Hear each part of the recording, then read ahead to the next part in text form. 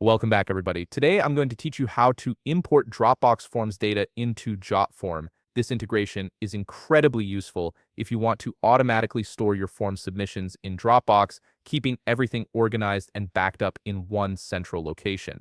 Also, if you're interested in business tools that could improve your workflow, I've dropped a few links in the description down below. Let's start by opening your web browser and heading over to jotform.com. Once you're there, go ahead and log in using your credentials.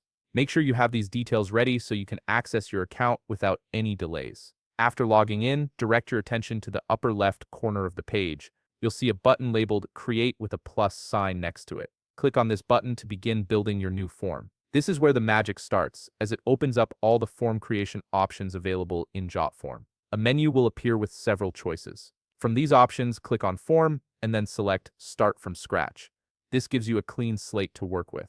Next, you'll be prompted to choose a form type, so go ahead and select Classic Form. This format is straightforward and perfect for most data collection needs. Now look toward the center of your screen and locate the Settings button. Click on it to access the configuration area for your form. Once you're in Settings, turn your attention to the left menu where you'll find various options. Click on Integrations. This section is essential because it allows you to connect Jotform with other applications, including Dropbox. In the integrations area, you'll see a search field. Type Dropbox into this field and click on the Dropbox option when it appears. This will bring up the Dropbox integration settings where you can configure how your form data will be sent to your Dropbox account. Next, you'll need to authenticate your Dropbox account. Click on the Authenticate button, and if prompted, follow the steps to connect your Dropbox account to Jotform. This authorization ensures that Jotform has permission to send files to your Dropbox. Once authenticated, you'll see additional settings for the Dropbox integration. Look for the option that says Create a subfolder for each submission and toggle this on.